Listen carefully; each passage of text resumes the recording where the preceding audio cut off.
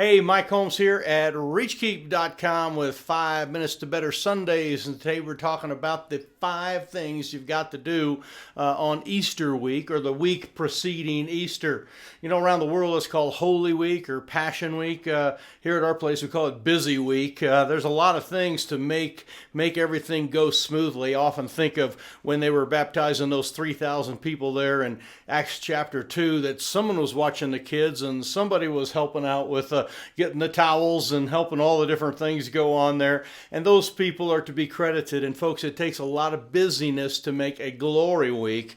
And we want to go from Holy Week to Glory Week. We want to see a lot of awesome things happen. So let me give you the 5 things that need to happen during the week, this particular week, as we come up towards the big Easter weekend that we have. So you may be having other services on Friday nights. People do Thursday night things, a lot of different things. But I'm talking about primarily what it takes to have a great Easter Sunday and have some guests come, help them to come to know the Lord and move them forward spiritually and turn them into returners and not just those Christmas and Easter people that we often think about. So here's a couple things. The first thing that you need to work on, and I'm working on these, so this is just absolutely real stuff. Number 1 is the sermon. Your sermon needs to be engaging and it needs to be well put together.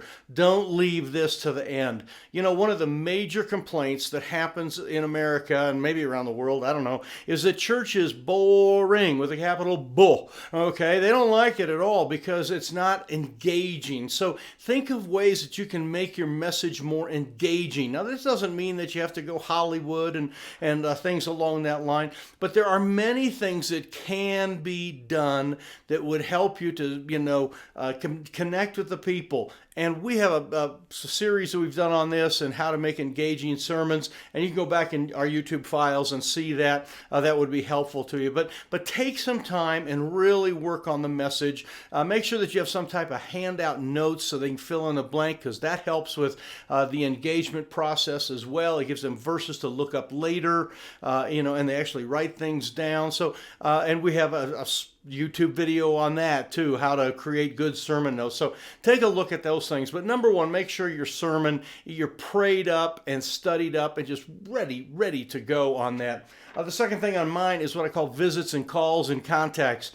This week will be a lot of contacting and a lot of visiting and a lot of texting and a lot of Facebook messaging and a lot of phone calls and a lot of just stop by the house, stop by the workplace, and give them that special invitation to attend our services. And these are primarily people who aren't coming to the service that I'm inviting. In other words, the non-regular people, but people I've met in the community. And you want to really work that good, because if, as the leader, if I'm bringing in a bunch of guests, I think that says a lot to our people. And our people will bring all sorts of guests. We have guests all the time that our people bring, but I want to be a leader in that. So I will start contacting them right off the bat and asking folks if they'd be my guests for one of our Easter services that we're running. So that's the second thing that is priority. That has to happen. The sermon is kind of a time when you really study. The guest thing, visiting, and all that is going to go on throughout the whole week. But create a checklist, take the names of the people you want to contact and give them some church information or a card or an invitation if you prepared one of those that we've talked about, and have that ready for them. The third thing that I wrote down is just the building, the getting ready physically with your building and making sure things are ready. We have to have extra chairs that were set up with our kids program. We have a special program. We spent all afternoon today kind of getting ready for that. You want to make sure that you declutter. Okay, get the junk out. This is a good opportunity. If something's been sitting around for a long time, say, hey, let's spruce it up a little and move it out. Easter's coming. Let's make it look nice. And so get some of those things out of the way that shouldn't be there.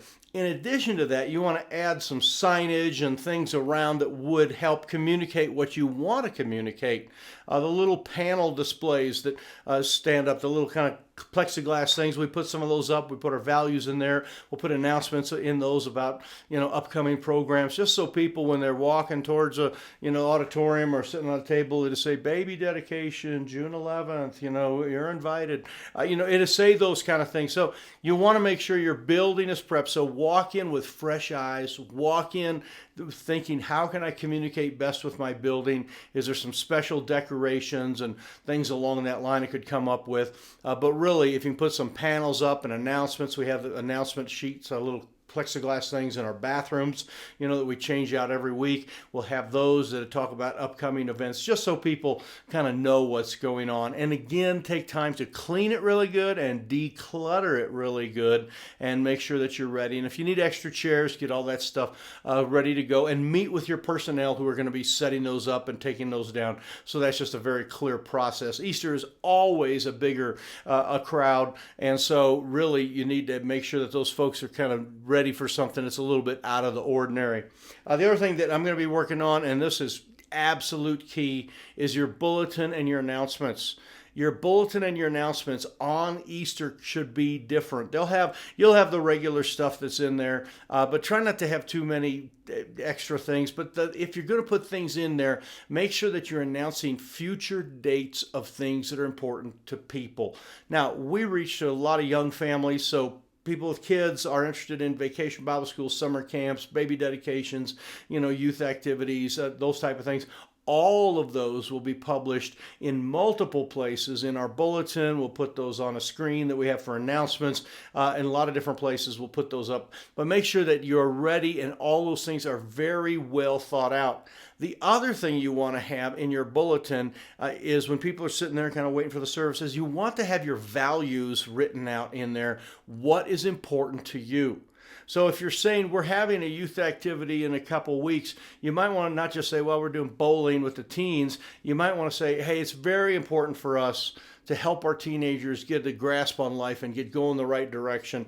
We want them to have some, godly and older mentors that they can follow, the right kind of heroes. And for that reason, we have this great activity coming up, a bowling activity, where many of our adults will be there with those teens, and your teens can grow and mature and have a good time at the same time. So you want to put your values in there, if you value community engagement, intimacy with God, active spiritual relations, missions, those things. You want to have those in your bulletin because it will go home and be read much more in a different way than your average day. So take some time with whoever produces your bulletin, if you do it, and really think through what would be the things we want to put in there that, really going out, and we'll have all our dates throughout the summer that'll be in there. And we don't have all the details, but we just have the dates that are mentioned. So a powerful, powerful thing is to make sure you're ready with that. Last of all, and it's kind of the thing that sort of happens after but needs to be prepared this week, is what we call follow-up stuff.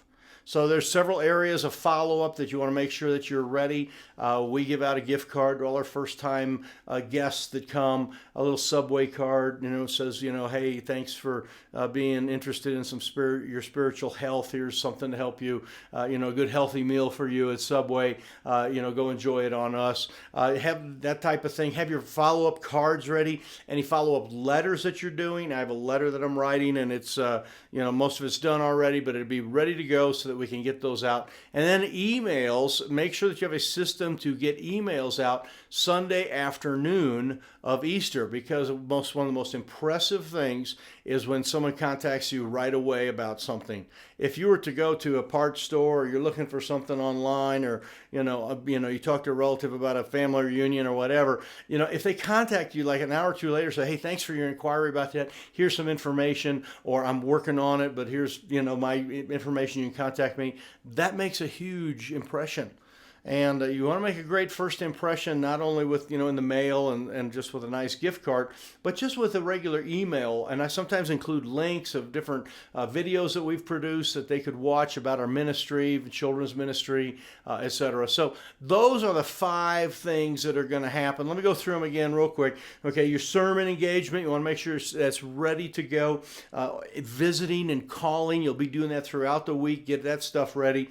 Your building, make sure it's, decorated, and you got panels up that kind of show what your values are, and everything's super clean and ready to go.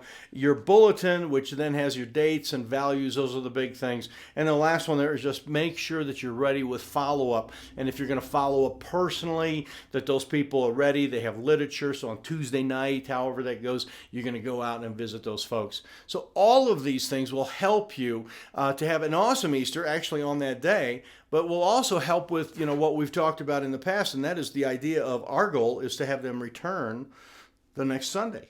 And we're very, very excited, and that is what the big day we really look forward to. We're going to have 4 services here. We have a Saturday night Easter service. I know that's kind of weird, but we need to have it. A Saturday night service. We have 3 of them on Sunday, and a baptism. It's a very busy day for us, but our real anticipation and excitement is the next Sunday when we have some of those first-time guests come back. Folks, when guests come back that second time, it's just a wonderful thing. I think they're a little more prepared. They're not kind of like, whoa, what's going on? In fact, today during one of our services, we had a young man and his son that came into the service. They'd visited last week for the first time, heard the story of Christ, heard the gospel. Today, we did a powerful message on Calvary, and those 2 folks got saved. I have a meeting with them tomorrow. We're going to talk about baptism. But folks, second-time guests are so powerful, and that's what breaks the habits of sin. That's what breaks the habits of all sorts of problems, is getting them to come to Christ and then be faithful in a local church where they can grow and mature. And we want Easter to be that. And we want to reach as many people in our little community as possible. And I know your heart is for that as well.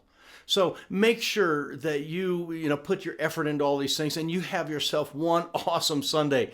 I want you to make sure also that if you haven't done it, and it's kind of getting sort of late now, but you can download the little freebie. There'll be a thing there on the bottom, how to have a great Easter. You can go to reachkeep.com, and we have a couple different posts up there that talk about how to have a great Easter. And then make sure you subscribe to the YouTube channel there, because we're becoming over again and again. Once Easter's over, we got lots of things. In fact, we're talking about Mother's Day already. Another great opportunity. Summer ministries are coming. School year coming after that. Folks, there is no season that is not a good season to reach people for the Lord. They're all wonderful. And that's what we want to do here at reachkeep.com, is help your church be a flourishing church. So thanks for being with us today. God bless you, and have an awesome Sunday.